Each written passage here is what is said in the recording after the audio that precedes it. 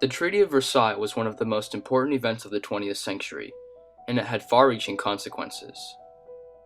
It was largely responsible for the major events which occurred in the rest of the century, including the rise of Hitler and the Nazi Party, World War II, and much of the Cold War which occurred afterwards. The treaty was the result of the First World War.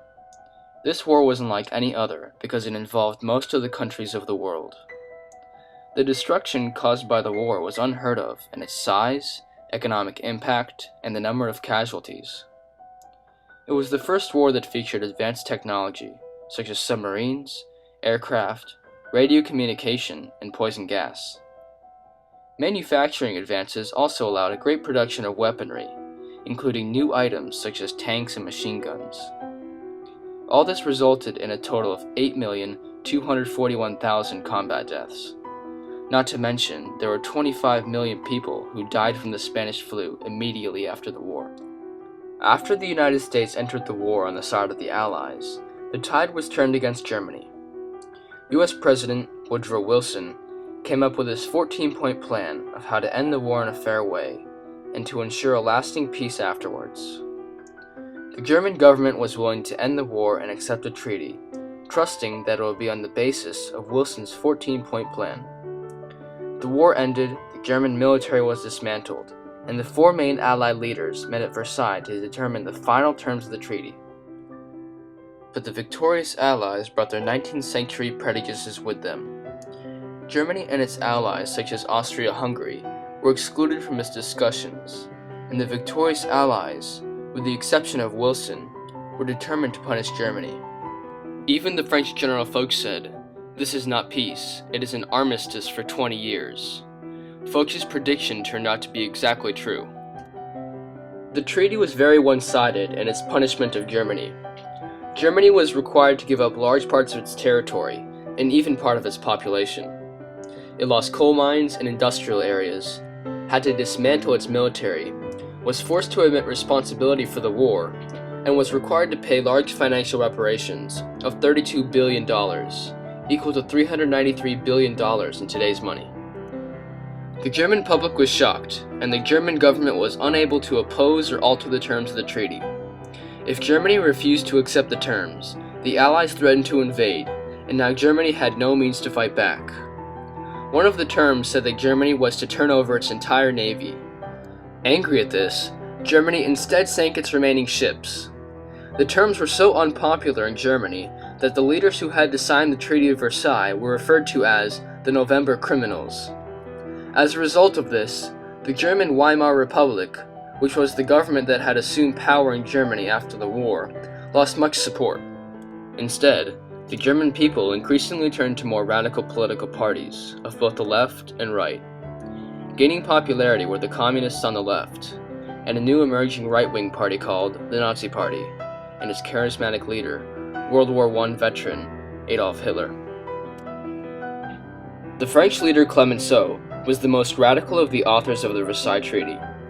He was determined not only to punish Germany, but to make sure it could never pose a threat to France again.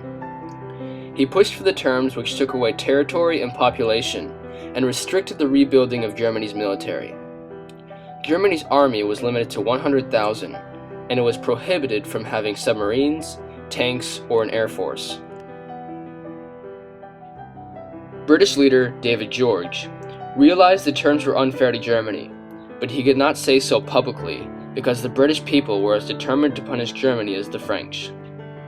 George saw the emerging communist threat from Russia in the east, and he wanted Germany to be strong enough to be able to stop the communist expansion. Behind the scenes, he tried to be easy on Germany, but publicly he signed the treaty. Italian leader Vittorio Orlando was dismissed as irrelevant and ignored the negotiations. American President Wilson, though he was admired, was not allowed to implement his fair 14-point plan for peace. The leaders at Versailles agreed to one part of Wilson's plan, which was the formation of the League of Nations. This was an organization which was a forerunner of today's United Nations. Its purpose was to prevent future wars through negotiations and economic sanctions against any nation which engaged in aggression. Ironically, even though the European countries joined the League of Nations, The American Congress refused to approve Wilson's idea, and America did not become a member.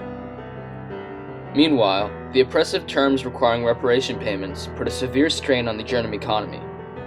When Germany failed to make reparation payments in 1922, France occupied the Ruhr, which was an important industrial area, causing Germany's economic distress to increase even further. German industries went on strike, contributing to the hyperinflation which destroyed the German mark, creating even more economic distress. On top of this, Germany's colonies were taken away and given to France and England, countries that already had numerous colonies. To add insult to injury, the German public was angry about Section 231 of the treaty, which forced them to admit responsibility for the war. Further economic sanctions against Germany caused some starvation, even of children. Seething under this humiliation and economic hardship, the German public was eager to hear and agree with the dynamic Adolf Hitler. Hitler promised to throw out the Treaty of Versailles. He promised to make Germany great again, to bring back its lost territories and people, to avenge the humiliation of the Allies, and make Germany into a prosperous economic powerhouse. Just as folks predicted, one step at a time, Germany ignored the terms of the treaty and became economically strong and rearmed. Following the Nazi Party platform, Hitler reunited with Austria and sabotaged the restrictions on Germany's military. At first, submarine crews were trained in other countries.